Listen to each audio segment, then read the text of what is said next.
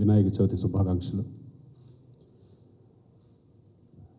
నిజంగా నా ఫస్ట్ సినిమాలో టెన్షన్ ఉందో లేదో నాకు అప్పుడు తెలియదు, కానీ డేట్ దగ్గర పడుతుంది, టెన్షన్ స్టార్ట్ అయింది. ఇట్స్ కామన్ అనుకుంటున్నాను నేను. So first of all thanks చెప్పుకొని అసలు విషయంలోకి వస్తాను. ఫస్ట్ ఆఫ్ ఆల్ నాగార్జున గారికి, అలాగే ప్రసాద్ గారికి, జీకే గారికి, ఈ ముగ్గురికి నేను థ్యాంక్స్ చెప్పుకోవాలి. అసలు నేను అనుకున్నాను అప్పుడే రోషన్ని వద్దు, ఎడ్యుకేషన్ అయిన తర్వాత ఇంట్రడ్యూస్ చేద్దామని అనుకునేవాడిని. ఇంట్లో కూడా అదే అందరూ అభిప్రాయం. సో అనుకోకుండా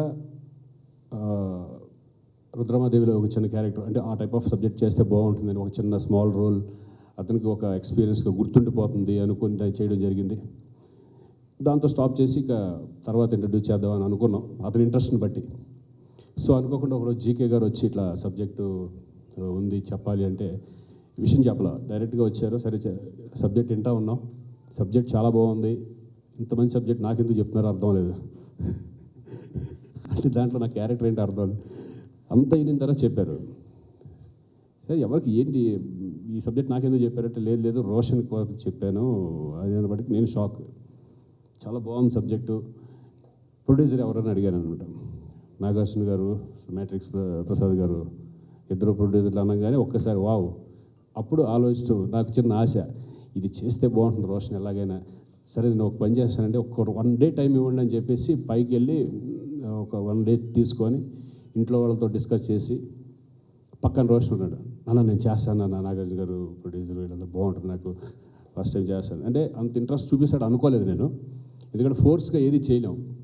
సో అతని ఇంట్రెస్ట్ నేను చేస్తాను అనేపాటికి నేను ఇక తన మిసెస్ కూడా చాలా హ్యాపీగా ఫీల్ అయ్యాను. ఎందుకంటే ఒక ఆర్టిస్ట్కి ఒక మంచి బ్యానర్లో రావడం అనేది చాలా కష్టం, ఒక మంచి డెబ్యూ రావడం అనేది చాలా అల్లక్తో కూడుకున్న విషయం.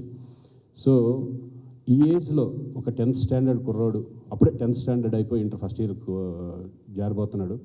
ఆ టైంలో ఇటువంటి అవకాశం రాదు, గుర్తుండిపోయే సినిమా అవుతుంది ఇది అతని లైఫ్లో, ఇంకేం ఆలోచించలేదు.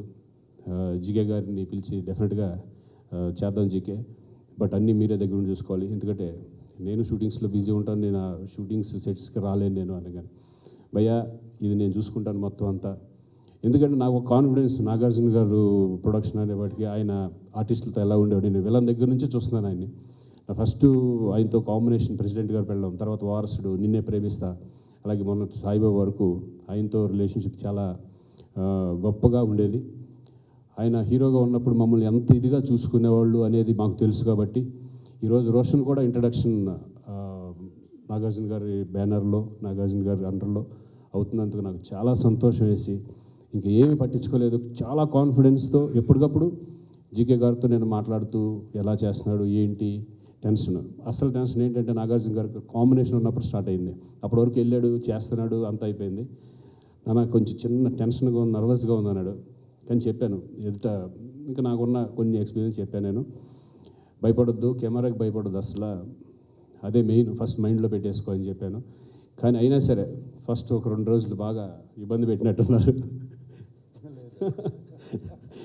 వచ్చేవాడు ఇంటికి వచ్చి చాలా నర్వస్గా ఫీల్ అయ్యాడు. సో నాకు లేదు ఫస్ట్ అయ్యాను, తర్వాత ఆయన ఎందుకో ఆయన మెస్మరైజ్లో తీసుకెళ్ళిపోయాడు, తర్వాత ఫ్రీ అయిపోయాను అని చెప్పాడు. So very happy. నిజంగా ఇంతకంటే నాకు హ్యాపీనెస్ లేదు. మంచి బ్యానర్లో నాగార్జున గారు అండర్లో మా అబ్బాయి కూడా ఇంట్రడ్యూస్ అవుతున్నందుకు నాకు చాలా సంతోషం.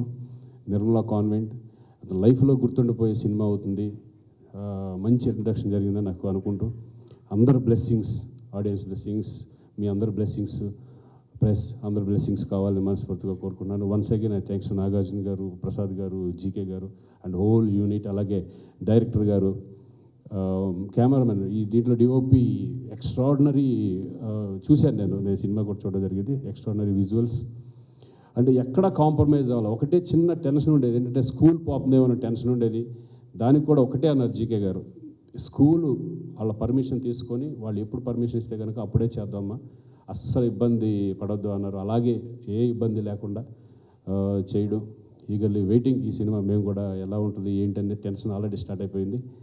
So thank you all, thank you very much. And yes, Nirmala convent చిత్రాన్ని లక్ష్మీ నారాయణ ఫిల్మ్స్ తరఫుని వారిని